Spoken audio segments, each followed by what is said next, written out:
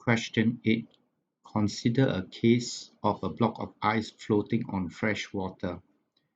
So I will now draw the forces acting on ice. So the upward force is the upthrust acting on ice, and then I have the weight of ice, mg, right? So for vertical equilibrium, the upward upthrust must be equal to the weight of ice. This is essentially the principle of flotation.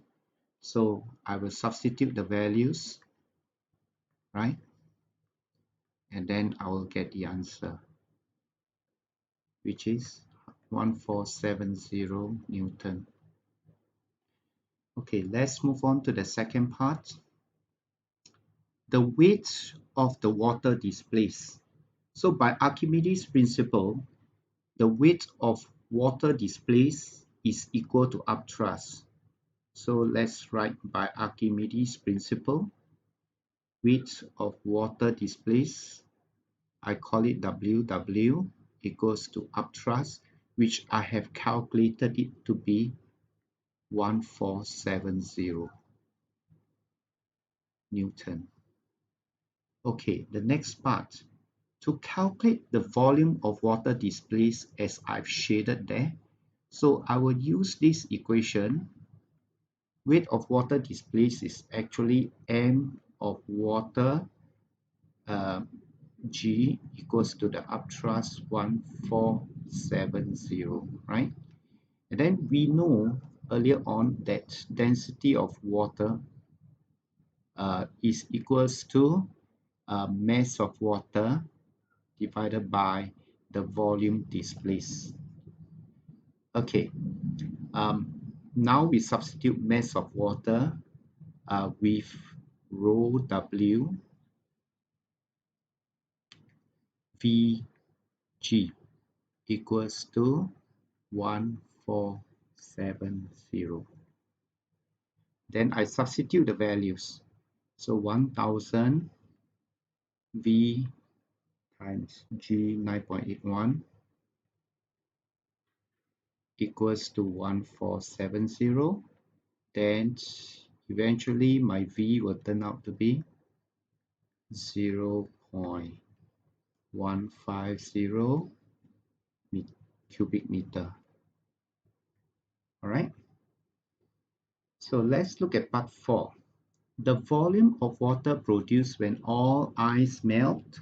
Well, when ice floats on water, the upthrust U is equal to the weight of ice. Right? So this is principle of flotation, right? And then we also know from Archimedes' principle that the weight of water displaced is equal to upthrust. So we link this together. So the weight of ice is equals to the weight of water displaced. So these two are equal. So therefore, we can conclude that the mass of ice is equal to the mass of water displaced. If that is the case, then when ice melts, then it produces the same volume of water as the water it displaces, that is 0.150 cubic meter. Now let's move on to the next part. Explain why ice in jug of water melts. There is no change in the level of water.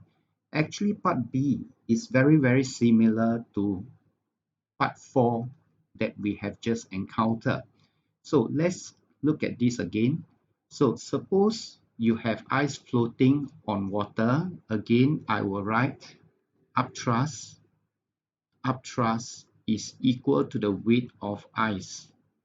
This is principle of flotation. So I write upthrust equals to weight of ice, right? So, and upthrust therefore is equal to weight of water displaced. This is as a result of principle or rather Archimedes principle, AP. Archimedes principle, you have upthrust equals to weight of water displaced. So if you write in terms of equation, mass of water displaced is equals to the mass of ice. So it means that when all the ice melts, then it will fit exactly that volume of water displaced. So there will be no change in volume, and hence water level remains the same. Thank you.